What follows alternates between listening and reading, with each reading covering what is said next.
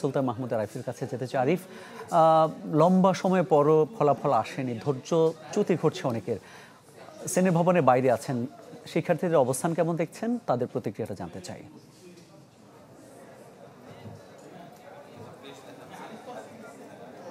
Mamun, vote গণনার প্রায় 25 ঘন্টারও বেশি সময় হয়ে গেছে, তবে এখন পর্যন্ত ভোটের যে ফলাফল সেটি ঘোষণা না দেওয়াতে আমরা দেখতে পাচ্ছি ধীরে ধীরে এখানে শিক্ষার্থীদের যে অবস্থান সেটিও কিন্তু দেখতে পাচ্ছি, এবং শিক্ষার্থীদের এক ধরনের অভিযোগ কিন্তু এখানে রয়েছে।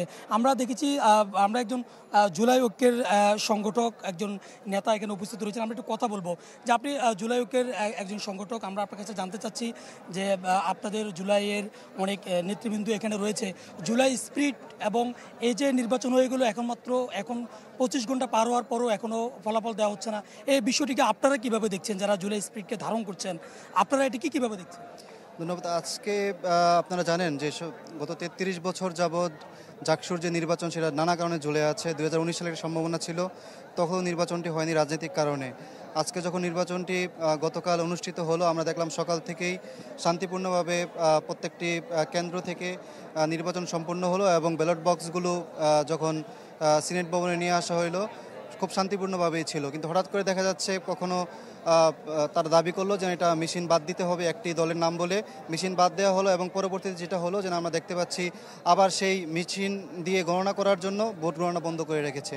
তো আমরা আসলে এই দীর্ঘ সময়ে জুলাইয়ের এই যে সময়টা আছে, গত 33 বছর যাবৎ যে জরাজীর্ণ অবস্থা তৈরি হয়েছে, 24 গণঅভ্যুত্থান পরবর্তী সময়ে সকলের একটা ধারণা ছিল যে এই যে সমস্যাগুলো আছে সবগুলো সমস্যা কেটে যাবে, প্রত্যেকটা ছাত্র সংসদ নির্বাচন প্রতিটা বিশ্ববিদ্যালয় কলেজ থেকে শুরু করে সব কিছু সম্পূর্ণ হবে। আমরা দেখেছি ঢাকা বিশ্ববিদ্যালয় খুব একটি জাকসু থেকেও খুব খারাপ পরিস্থিতি ছিল। ঢাকা বিশ্ববিদ্যালয় যে ডাকসু নির্বাচন ছিল, সবাই ভেবেছিল হয়তো সেখানে একটা সংঘাত তৈরি হবে এবং নির্বাচনটি অনিশ্চিত হয়ে যাবে, কিন্তু শেষ পর্যায়ে সফলভাবে নির্বাচনটি সম্পন্ন হয়েছে, এবং যারা দায়িত্ব পেয়েছে তারা খুব শীঘ্রই তাদের চেয়ারে বসবেন।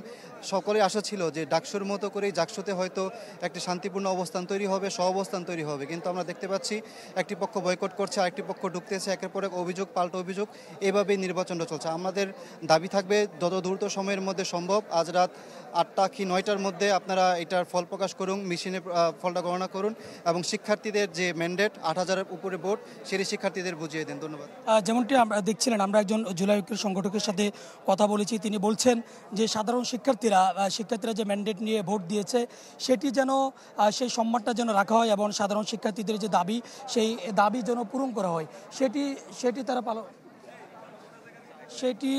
তারা পূরণ করতে চাচ্ছেন। এবং এখনকার পরিস্থিতি যদি আমি বলি, এখন দেখতে পাচ্ছেন যে এখানে সারাদিন যেভাবে গিয়েছে, এখন বিকেলের পরপরই সাধারণ শিক্ষার্থী যারা রয়েছেন, জাহাঙ্গীরনগর বিশ্ববিদ্যালয়ের যে সমস্ত শিক্ষার্থীরা রয়েছেন তারা এসে এখানে একত্রিত হয়েছেন, এবং আমরা কয়েকজন শিক্ষার্থীদের সাথে কথা বলেছি। তারা বলছেন যে তারা যেহেতু ভোট দিয়েছেন, তাদের এই মূল্যবান ভোটের মর্যাদা তারা রাখতে চাচ্ছেন। তাদের ভোটকে নষ্ট করার জন্য যারাই বানচাল করার জন্য চেষ্টা করছেন, তারা এটি কখনোই হতে দেবে না।